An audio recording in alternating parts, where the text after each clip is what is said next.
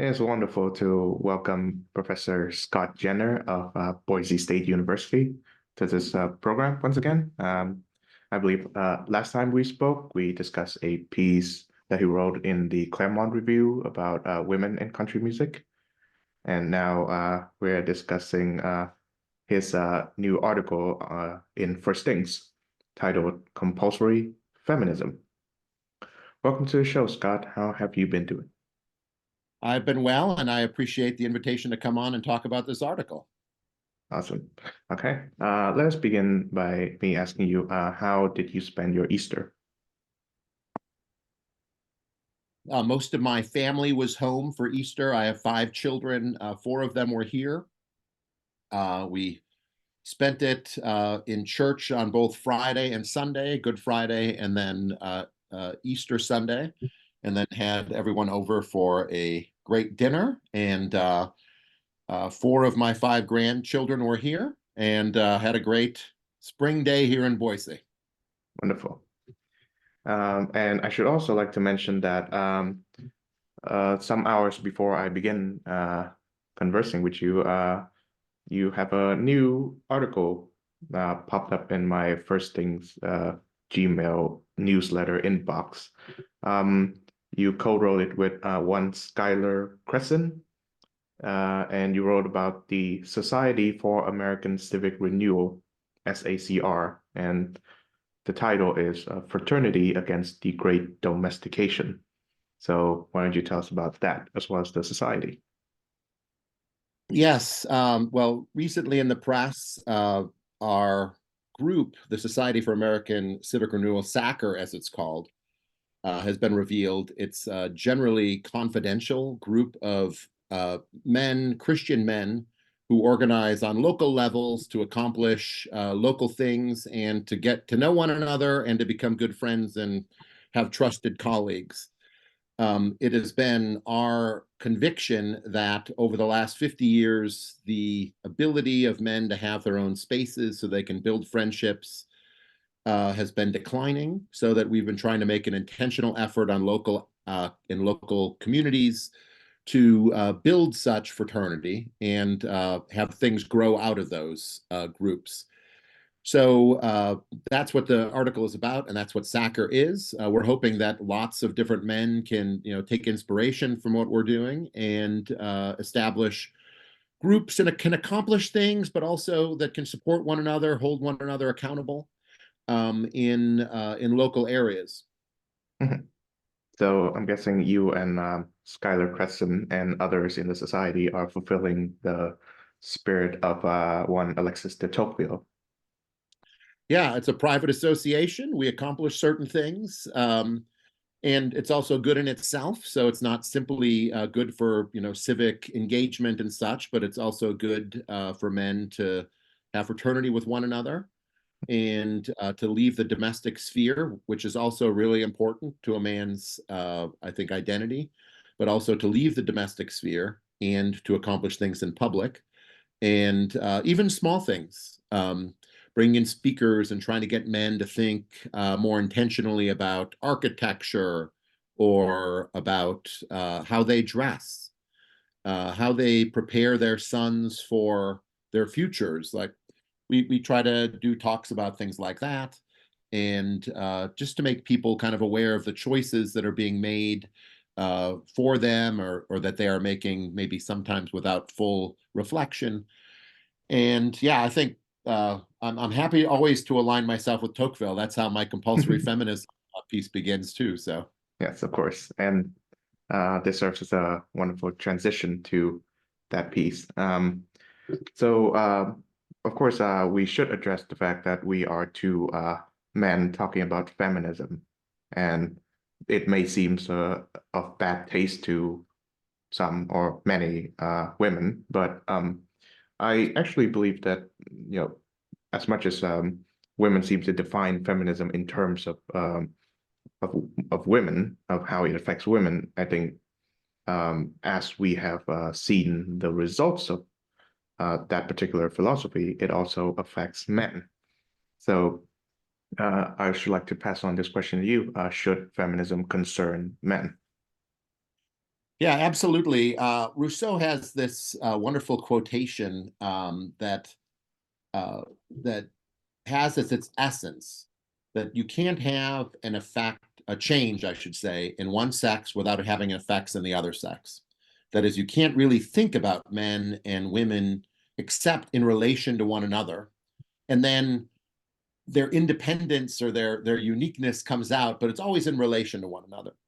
And the fact that many women talk about the state of men is never really questioned. But so I also think that men should get the same courtesy and should be able to talk about how the ideology of feminism affects women. And that's one of the things that I've done throughout my career. And I think if you put it in a broader context than simply the modern ideologies, what we're really talking about when we talk about feminism is our approach to nature. One of the natural elements of human life is the differences between men and women. How those differences are understood and how they're dealt with is a matter for like technology or for society to figure out or ideologies to guide us. But the natural difference between men and women is something that can't be stepped out, can't be stomped out. And so when we're concerned about feminism, what we're really concerned about is the human relation to nature. And the element that's most interesting about feminism in that respect is that feminism represents an attempt to reconquer female nature, that is, to change its nature so that it's less like it was and it's more like a new thing. And that's how the greatest articulators of modern feminist thought, Simone de Beauvoir, the founding mother of it, really thought about it. Uh, Woman is not a womb. One is not born a woman. One becomes a woman, or one is made a woman by the society's opinions and by the approach to technology and by the way we analyze nature. And so I think that anyone who's philosophically inclined must see feminism as an element of the modern conquest of nature. And everyone should be concerned about that because that is a crucial modern commitment that we have sewn into the most important parts of our culture. Yes. I believe it was Kathleen Stock, the frequent contributor to Unheard, and also a previous guest on this show. She wrote in her book that the quotation that you've just mentioned, one is not born but become a woman by de Beauvoir. Uh, Feminist women invoke it the same way as Christians genuflect when they enter a church. It's true. I mean, what that means is that our idea of gender is entirely divorced from nature. That is, there's no limit on what a woman can be or what a man can be. According to Beauvoir, men have always recognized this, that they have always shunned the effects of nature and have always had this transcendent personality that will make them whatever their will would have them be. And she aspires for women to have that same approach. My contention would be neither men nor women have that approach, Mhm. and it's not really a human approach. That nature ultimately provides the grooves within which all of our lives operate, and so there's a big chasm that opens up between the feminist point of view and a point of view that takes nature as a limit on what human beings can accomplish creatively. Yes. A few weeks ago, I came across The Dialectic of Sex, that foundational work by Shulamit Firestone, and it's a very interesting read. And what I've come to realize reading her work, as well as reading about her life, is one, people who are the strongest advocate for feminism tend not to have the best family lives. Um, Shulamit Firestone's father, I think, was abusive towards her, and she treated her as less than her brother, for example. And secondly, I think that kind of feminism, the Firestone or the Kate Millett kind of feminism is um, owes itself as much to technology or technological breakthroughs as it does with their predecessors, I guess Nietzsche and Marx, as I think of. So tell me about your concerns regarding technological advances and the feminist cause. Yeah, I don't disagree with what you're saying. That, and I think we should have a broad understanding of what we mean by technology. So the way we approach law can be a way that like reconfigures natural relations between men and women. So Firestone's great ambition, Firestone is a very interesting figure. It's the only time that I know of when Beauvoir, after reading the book of Firestone, commented on how Beauvoir was not radical enough in her first, and that Firestone really showed her the light when it came to being more consistently in favor of human liberation. Because the insight that Firestone has is that nature itself oppresses women. So generally, Beauvoir, in her book *The Second Sex*, which was published in the early '50s, said that like society oppressed women and made them the second sex. And Firestone embraces all of that. The opinions that have been out there about women, that they should be mothers, that they are not athletic, that they shouldn't be analytical, they shouldn't be leaders, all of that can be deconstructed, and women will still be the second sex, Firestone said, because of nature, darn it. They still bear children, and they still like are equipped to nurse children when they're young. So unless we can somehow conquer nature more completely, we can never liberate women.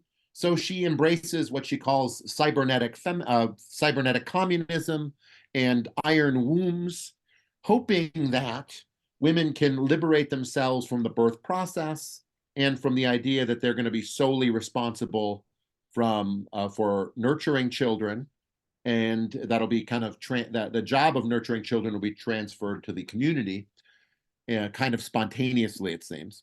And sex itself will be liberated from the problem of procreation. So human liberation will be more fully achieved when we abolish the family. And uh, and so Firestone, I think, really does represent the apex of the idea that feminism culminates in the conquest of nature. And for that reason, she's a very radical, very interesting figure. And she points to, as I say, a genuinely post-family political order that will be based on kind of spontaneous meeting of human needs as achieved in these cybernetic communism communities. Yes, and I think I always thought as I go through my philosophical learning that every time some brave new thinker thinks that he or she has come up with a new thing, you can always find it in some text that was written like decades, centuries ago. And in the case of radical feminist thought, Socrates, at least in the Republic, has thought of abolishing the family long before, at least in regards to the people who are the rulers. Um, and he believed that because parents, they would tend to favor their children more. They would be distracted from, I guess, doing good government and all that stuff. So as we learn from our classical forebears and our radical feminist imitators of them, why does the family matter?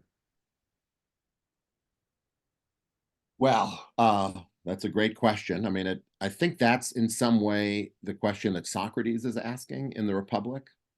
Um, and one of the elements that Socrates is getting at is that people who are very concerned with justice will always have a difficult time reconciling themselves with the family. The family is an institution that is not based on justice, and it can't be based on justice. It is based on the love of one's own wife and one's own children, and the inclination that people have to act on behalf of their wife and to act on behalf of their children is not a just inclination. That is, we love our children more than they deserve. And there's an old English wag who used to say that marriage is the great overvaluing of one woman over another.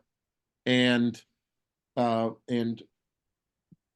it can't be remade in the image of justice.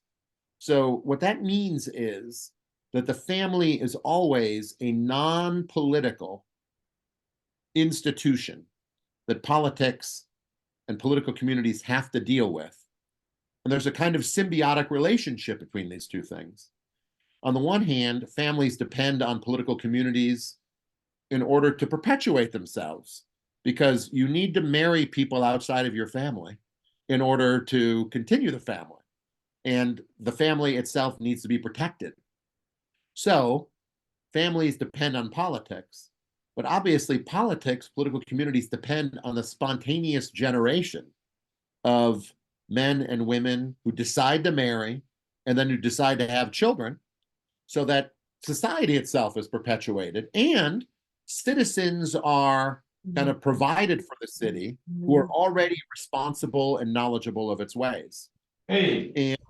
And it's usually thought that these spontaneous, so-called spontaneous, I should say, elements of human nature, the idea that men and women would come together to have children and that they would care for their children, were dependable aspects of human nature that are that political communities could know would always be there.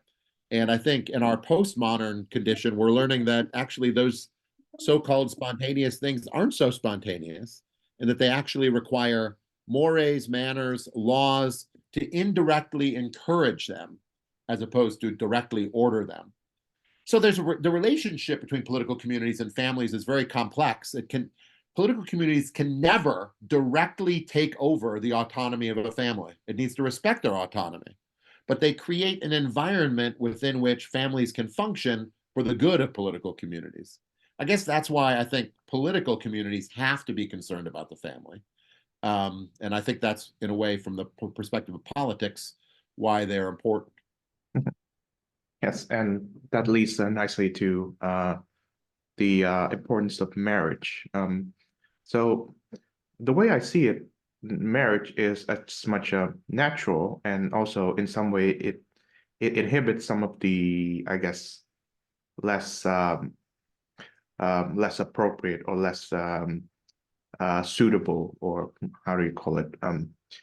Less destructive, so to speak, tendencies of both men and women. Because if evolutionary psychology serves me well here, men tends to want to go with as many women as he can, but women, because they bear children, they do not have that option, and women tend not to want to depend on men or men alone in order to raise children. So the idea that you, a man, and you, a woman, are dependent on one another and just yourselves, for the most part, alone, is something quite revolutionary. And I think for the radicals who believe that marriage is an outdated bourgeois institution, I think that the alternatives can be worse. So how would you defend the institution of marriage against these charges? Yeah, so I tend to try to avoid saying that marriage is natural. Um, the way I look at it is that marriage is one way to reconcile the naturally different interests, personalities, and proclivities of men and women. And it's been a social institution that builds on nature, that channels nature, but isn't itself natural. And that so that when you destroy or dishonor or disarm marriage, you will still have nature, but nature is going to express itself now in very different ways. And so we can like take this. It's very easy ways of thinking through this problem. So the example that you gave was the difference in men and women when it comes to sexual interest. From an evolutionary psychology point of view, men want to sow their seed wildly. Women are focused on investing in one child because of their long gestation period and the child's long period of infancy and dependence on the mother.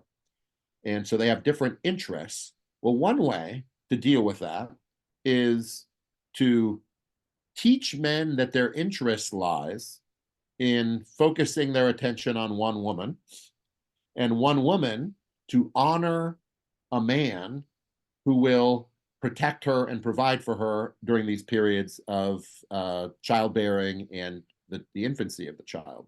And that's what marriage does. But then if you destroy marriage, well, then what happens to these male and female characteristics? Female characteristic of nurturing might be directed away from the nurturing of a particular child and toward a particular approach to politics. And men might either be playboys or they might take some other, they might lose themselves in pornography and sex dolls. And, or they might like lose the sexual inclination altogether. So nature is always there. It's a question of, marriage is a question of how we're going to channel and reconcile or not reconcile the interests of men and women to one another.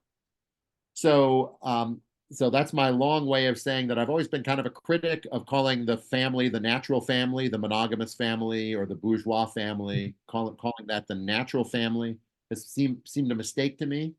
What's natural is the different interests, proclivities, and personalities of men and women in the main, and then how you deal with it is one of the strategies that society has, is promoting marriage, monogamous, enduring marriage. Yes, of course. Um, Now, speaking on the question of technology, I think that the the trans movement, as we are witnessing, is also like a big stumbling block for the feminist movement. Simone de Beauvoir may say one is not born but becomes a woman, but I don't think she would ever imagine a day in which there's a cottage industry um, dedicated to the switching or alleged switching of sex uh, for people, I suppose, even minors. And this is where my point on how technology can be even more influential to the feminist movement than ideologies and texts. Um, I think of J.K. Rowling, and the vitriolic attacks being launched against her. Um, when I examine I guess her history of supporting both feminist causes and the LGBT plus whatever movement, she retroactively made one of her characters in Harry Potter, Dumbledore, for example, a gay man, and she bore the brunt of this attack, and it's not like you and me who are like more traditionalist types, because she followed them all the way, at least until this point. And I think of Joseph de Maistre' insight on the French Revolution, in that when the revolution becomes the terror, the terrorist of the revolution would devour the idealists first. So the Robespierre and the Saint-Just would go for Thomas Paine and Marquis de Lafayette. So, from your point of view, how does the new trans reality influence feminist thinking? Yeah. Well, my view is that the trans movement grows naturally out of the feminist movement. And I doubt that Simone de Beauvoir would be that offended by it. And I doubt that Shuli Firestone would be that offended by it, because the trans movement, at least, in its normal expressions, is about denying the effect of the body on our identity. At its root, it says that my identity is independent of my body, unless when you like go and I should say, and your body can be refigured to match this new identity that you assert for yourself. So it's the ultimate transformation of nature ideology. It takes, which is why I think it's a kind of fourth wave feminist movement. I wrote a paper about this years ago in the early 2015-16 era, in the early days of the trans movement.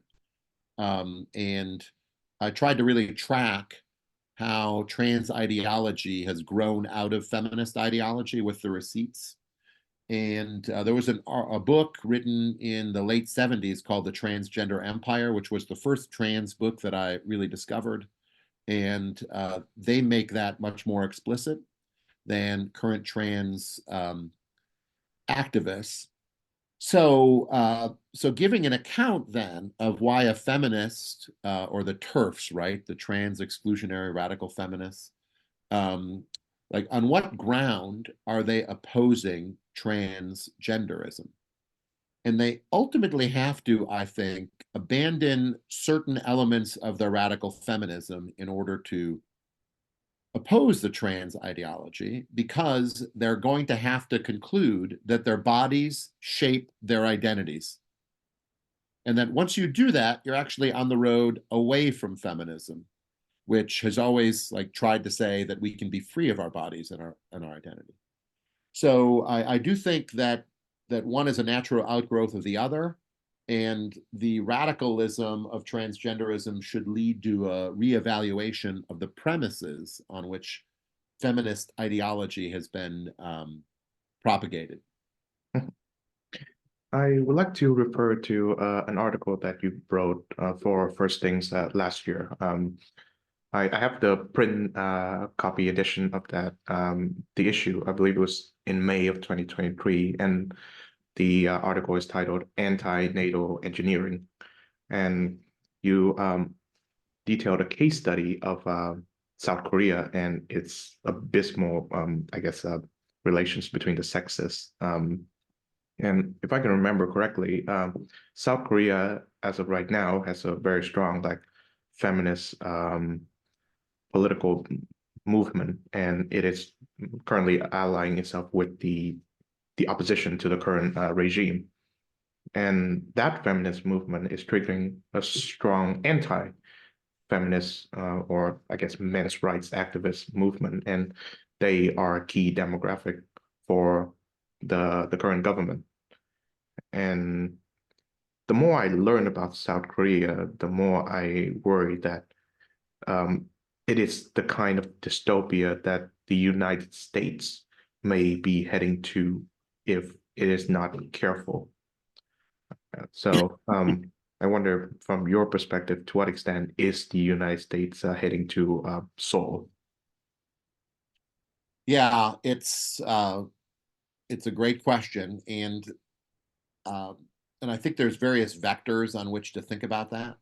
But the conflict or the political divergence of men and women, especially those under 30, is becoming a marked reality throughout the Western and Eastern world where they can vote. We've seen lots of work done on this, and it's not men who are changing; it's women who are changing. It's one of the elements of these graphs and these charts that come out that demonstrate the gap between men and women.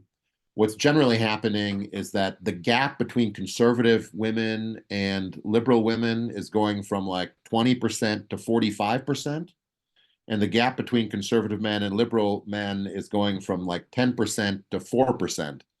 So like the growth of the gap is really the radicalization, the political radicalization in the leftward direction that you see among young girls.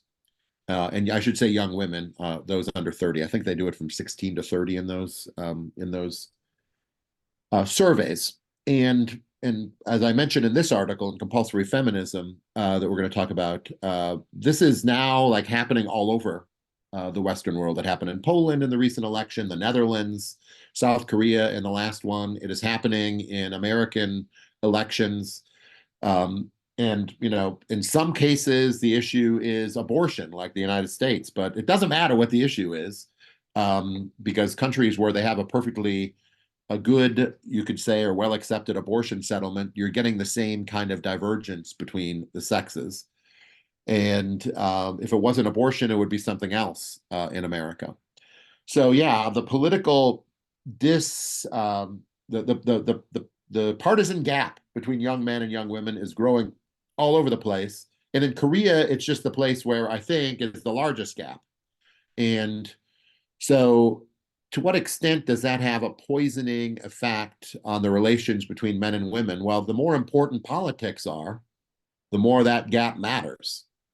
And once again, for politics, the young women, especially young single women, especially young single urban women, especially young single urban non-church going women, politics is the thing. So the gap matters entirely. Like it's almost dispositive. So yeah, we're all tending in the direction of South Korea, but South Korea is the leading edge of this particular sexual indifference and conflict. And you, And it really just tracks the decline of marriage, right? Marriage is a way of reconciling the interests, personalities, and proclivities of men and women. When marriage declines, those interests express themselves without being reconciled. And that's the reality in places that are post-marriage cultures. And South Korea is the country that has almost unqualifiedly a post-marriage culture. There's not a religious or very much by way of a religious opposition to this change in the character of men and women. And whereas in America and some other countries, there is a religious opposition to it that has a tempering effect on the gap. yes, I read something in the Free Press, the online news site by Barry Weiss, and it chronicles how as women become more liberal, and I'm speaking in the US right now, men have become more conservative. And also, I suppose this applies more to women than to men. Politics play a much more important role in choosing a date. So not only I think is marriage declining, I think dating is declining because politics gets in the way and all that mess. Yeah, no, I've seen stats on that stuff. That seems true. I think I quote one in the Compulsory Feminism article that says, we've never had more singles. Not only have never had more singles, but like 40% of singles haven't had a date in a year. Pretty amazing. And it can't only be explained by political differences, I think, but political differences definitely play a role in it. And I haven't seen that particular first Free Press article, but I believe its findings. Now, in connection to the article that you published recently regarding the Society to Restore Civic Life in America, I think aside from a decline in dating, of course, in men engaging with the other sex, women, there's also a decline in same-sex friendship. So men, I guess I know from a male perspective that men are making less friends. And I think both of that uh, are disastrous. I think men require friends of the same sex in order to be a better man, and men I think requires a fulfilling love life that would lead to marriage in order to realize his role as a gentleman. And with both of that being out of the table, then you're left with uh, not only a lonely, but even like a self-radicalizing man, and that can be politically destabilizing. Yeah, I mentioned a stat in the piece that was up today on Sacker, that a few decades ago, a majority of men had 6 close friends. Today, only a quarter of men say they have 6 close friends. And nearly as many people say they have no close friends among the men. So yeah, there's a dearth of these things. I mean, in a way, I mean, go back to Tocqueville. Tocqueville really expects this kind of individualism to propagate in a modern democracy. As the state becomes powerful, our needs for coming together become fewer, and we tend to retreat into our private homes. We become domesticated beings, and the great, solution to this problem is the civic associations that will draw people out of themselves, draw people out of their privacy, and make them more public spirited because they organize for particular purposes. And that is one of the places where friendships form, and maybe it's one of the things that grow out of friendships. And so, yeah, I do think that there's the retreat into self is both radicalizing and invites tyrannical exercises of power by the state because there is nothing there to stop it. And when Aristotle describes what a tyrant would do, he says, well, a tyrant can make himself into a king by being good and, celebrating great achievements of his citizens, or a tyrant can make himself and secure his rule by being more tyrannical, by sowing distrust and individualism among its people, because then they won't ever come together to do anything to threaten that tyrant.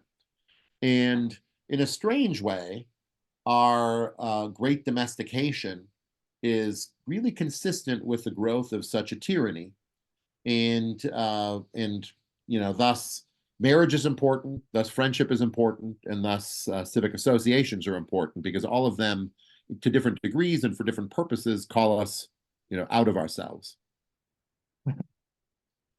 Um, Now, you've alluded earlier about the divide between mothers who are housewives and mothers who are working, or perhaps childless married women who are working. And I believe that is a political divide that is not very much talked about in American life, and a very important one at that.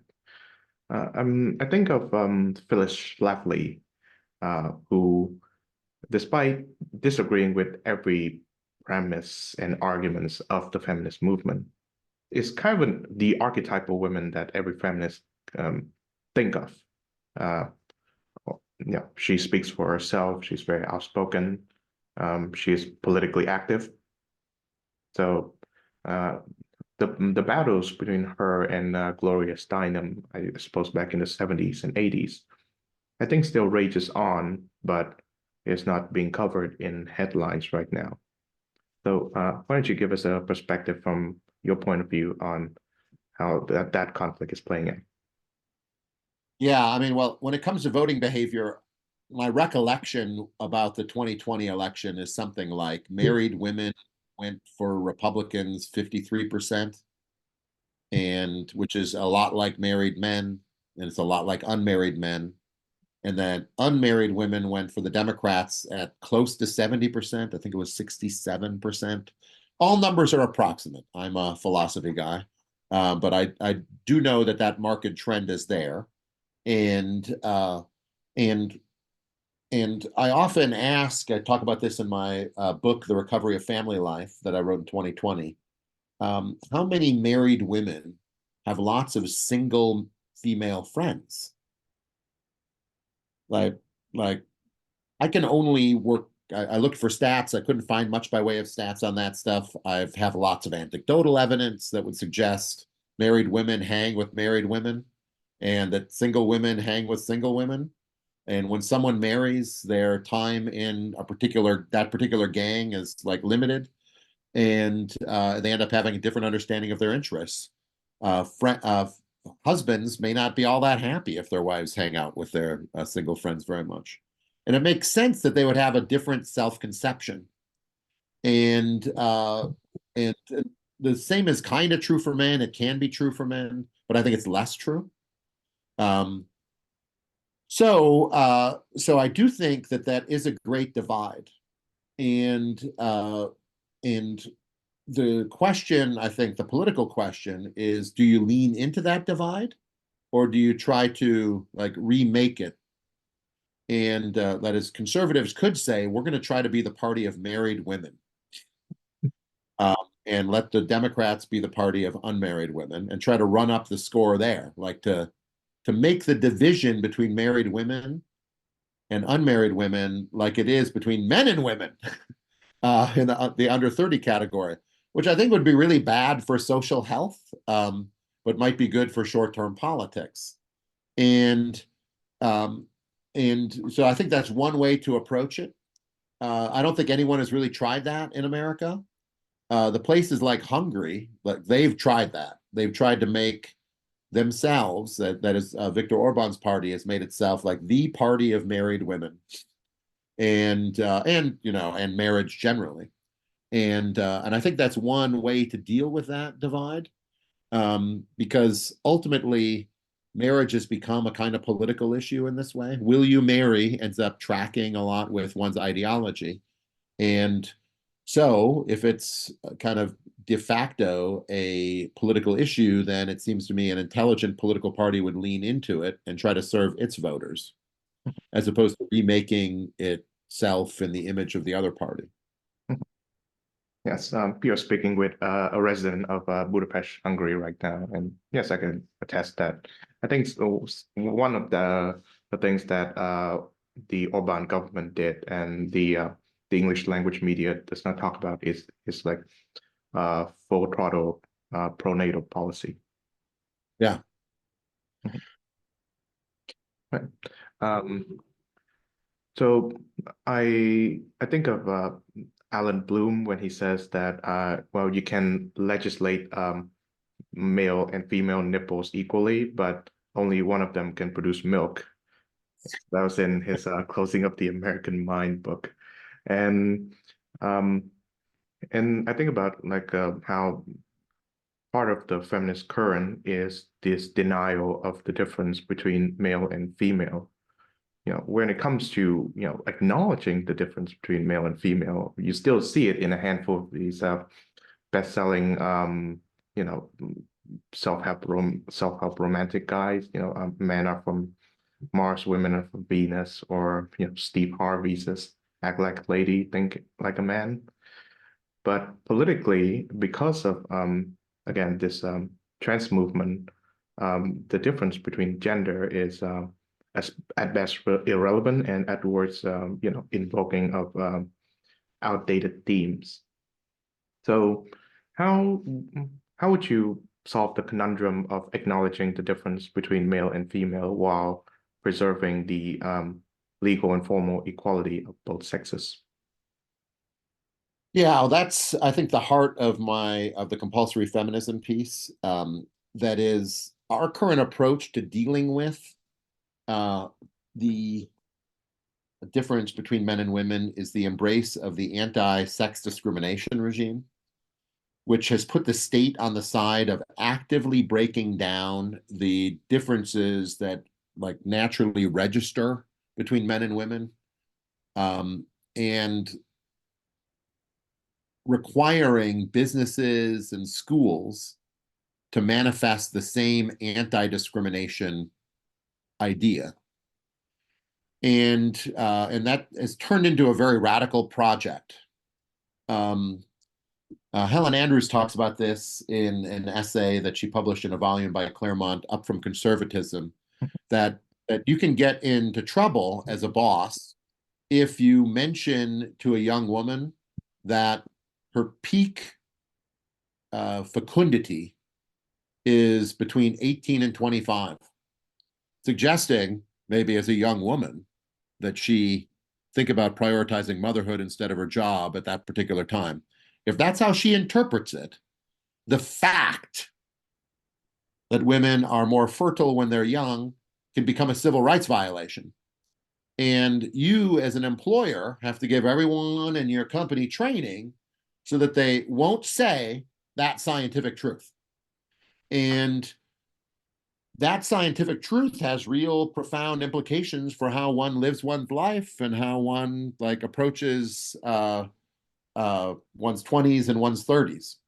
But no one can say it. A teacher can't say it, and an employer can't say it. The anti-sex discrimination regime has made single-sex schools basically unconstitutional if they're funded by the public. And it has made laws that treat men and women differently within the family or assign different roles between men and women in the family. It's made them constitutionally suspect. And so the anti-discrimination constitution has really been about actively breaking down so-called stereotypes because those so-called stereotypes represent nature. And businesses can no longer hold men and women to different standards so that, for instance, if I'm a business and I want to support mothers by offering part-time work to them so that they can do things on the side while they prioritize motherhood in the early years of their children's lives. But I don't offer the same deal to men, I've committed a violation. So the whole purpose of this article was to show the various ways in which the anti-discrimination regime has foisted upon us a vision of how men and women should get along with one another that does not support sex roles, does not support the family wage, and that sows a kind of suspicion about the acknowledgement of natural differences into our very workplaces and educational situations. So ultimately, that regime of laws, which was born mostly in the 60s and 70s, has, I think, really compromised family life and compromised the formation of marriage. And the full radicalness of it has only been really realized in the last decade because no one has an experience of the world before this legal regime was put in place. But that legal regime is what is the greatest threat to providing equal protection of the laws to those who have different views about how men and women should live their lives. And those that complex of laws would have to be limited or otherwise made less effective if there was going to be any solution to this. Yes. And now going back to your association with SACR, the Society of American Civic Renewal, I think over the last 2 years or so, and definitely during the height of the pandemic, I began to think more and more about the crucial role that single-sex associations play in the civic life, not just of America, but of all societies in general. And it's been incumbent on me that male only and female only spaces are vital, not just to the health of males and females, but to also to foster healthy interactions among male and females because we need time for ourselves. I think that's the most basic insight that I can come up with. Now, to what extent is this anti-discrimination regime threaten the formation of such single-sex associations from, I guess, your society to 5-year-old tree houses with the signs that says "No girls are allowed" with the S spelled backwards? Well, I mean, it's a great burden placed on it. The Supreme Court decision in the mid 90s, maybe late 90s, 96, 97 in that area, US versus Virginia, concerned the Virginia Military Institute, VMI, which was a single-sex, state-sponsored, single-sex military school with a long history. And the question that was put to VMI was, do women have an equal opportunity to receive this kind of education, confrontational, competitive education, at VMI? And the answer is, of course, no. They don't have an equal opportunity to have that. It's a male-only school. And you ask that question, and VMI is like forced to apologize for itself, and it was ultimately like put out of business as a single-sex military school, an integrated so-called, and had to change its character within a few years to accommodate those differences. And that's obviously a state-sponsored thing. There are still private things that are allowed, but they are under lots of pressure. The best example of that I can think of is the Augusta National Golf Club, which was a single-sex golf club. It holds the Masters. And I don't know how many articles the New York Times and other elite, so-called elite publications wrote about the single-sex policies of Masters and telling them to open up to women over the course of decades. But the public pressure was immense. So that eventually the master says, like, I'd rather not have the bad PR. Let's just let Condoleezza Rice become a member. And they have a few women members. I don't know how many they have now. But so it's not simply legal pressure. There's also social pressure. I don't think there's social pressure against female-only clubs because generally men don't want to join. But there is such pressure against male-only spaces, I think, because they're thought to be exclusionary. And so, yeah, I think, you can have informal things, informal pressure that compromise or disrupt or burden single sex, especially male only spaces, though those male only spaces aren't legally required to open up. So there's kind of a range of coercion, if you think about it, that make these things either possible or impossible. Yes. So since I'm talking to someone who's a resident of one of America's universities, I'm sure you're quite familiar with the Title IX regime. Um, I believe Arshad Melnick wrote extensively about this.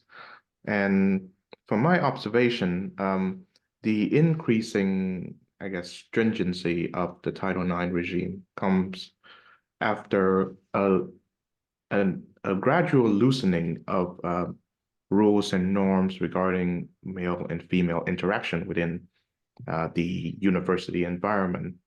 Of course, it starts with the abolition of single-sex schools. So co-eds become the norm, and also certain guidelines regarding curfews and certain rules regarding you know the intermingling of boys and girls within dormitories. So this tightening legal framework follows a loosening of a normative slash social framework.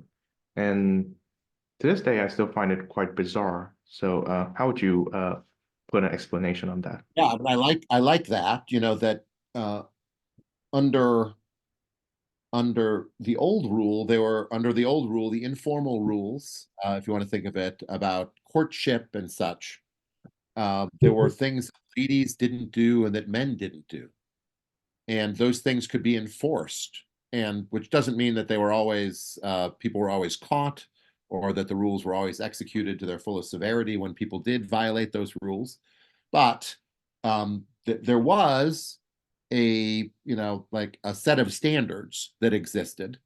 If you make a pass at a woman uh, and she turns you down, like you don't persist.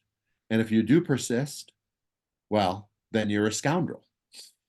And um, now, if you ask a girl out and she says no, you might have discriminated against her. And instead of being called a scoundrel informally by other people, you could be brought into a tribunal at a university under Title IX or by an HR department in a corporation for violating uh, a strictly enforced legal mandate. So there is a certain parallel that each of them travel on. Neither like embrace excesses, neither and each of them kind of enforce mores, but toward different goals. One of them, it is thought that modesty and distance between men and women, like we don't want to encourage them to have sex too early. So we're going to put rules and mores in place so that they don't. The new one, I guess, elevates a certain understanding of female consent as the goal of the as the goal of the legal regime. Yeah, but you're right. I mean, there's a strange continuity between them, um, and each of them are very strict in their enforcement, Mhm. but for different goals. Mhm. Now, I'd like to end on this note. So one of the classes that I'm taking is focuses on American popular culture, and one of the sessions that we have to take concerns the recent Barbie movie. And so by mentioning that movie, I've degraded the level of quality that our conversation is heading or is ending. But it is true that that movie paints a very simplistic role that men play in the interplay between gender. They are either, castrados, literal castrados, because the Ken dolls do not possess genitalias, or are like these domineering patriarchs of a new male-focused gender regime. And by simplifying men, that movie also simplifies the role of women. They can be anything according to the beginning of the movie, but one thing that they cannot do is be a mother, because this is like 30-second appearance of a pregnant Barbie that is quickly discarded. So from here, I would like you to comment on the assumed role of gender that feminists like think that men and women occupy, and also your view on what sex roles should be. Yeah, well, I haven't seen Barbie, so I can't comment on Barbie. Good for you. Good for you. Yeah, I mean, maybe it's not. I think that makes me very isolated from what is going on in American popular culture. So it was good to know, although it's not necessarily why I'd still want to I'd want to spend my time on it. But regardless, um, yeah, I mean, obviously the old idea of the family is like it can't be revived. There needs to be some adjustment made in light of the great victories of feminism, both legally and morally. And so, what I've generally tried to argue for is what I call a part-time womanism. I don't want to use the word feminism, but generally, women want many things. They want to be able to marry a respectable man, and they generally want to marry up a little bit, and they would want to be around their children. Most women want to be around their children, especially when they're young. So uh, instead of celebrating simply the girl power or the girl boss or the career-oriented woman, I would want to point women more generally to jobs that lend themselves better to part-time work. And this might mean nursing instead of doctoring. It might mean editing instead of professoring. It might mean a lot of different things for different professions, and that there should be great social support for this idea that it doesn't take as much time as it did in the 1880s to keep house, um, and hovering over children at all points in their day isn't necessarily a good thing. So it doesn't make necessarily the demands, motherhood doesn't make the demands that it used to. It's still demanding, it's very demanding, and it's very rewarding as a result. So I would like to see the idea of womanhood opened up to include honor given to those who prioritize motherhood and still want to keep one foot in the game. and which means that we're not going to complain if they don't make as many strides later on in life, if they don't reach the highest rungs of the career ladder. And so I do think that there are ways of adjusting to feminism that don't mean dismissing childbearing or motherhood or wifeliness or homemaking. And that in itself would be a tremendous way of moving the needle. And men obviously would be adjusting to that same reality. They would still would be honored, I guess, once again for provision and responsibility for the overall condition of the family hearth. And so I think as I say, I think there are ways of adjusting the old idea of the nuclear family to the modern realities. And that's the kind of stuff I would like us to think through and make kind of the centerpiece of our reflections on how to move forward. I think that's a wonderful note to end on. Thank you very much, Scott Yenor, for joining the show once again. Thank you for having me on.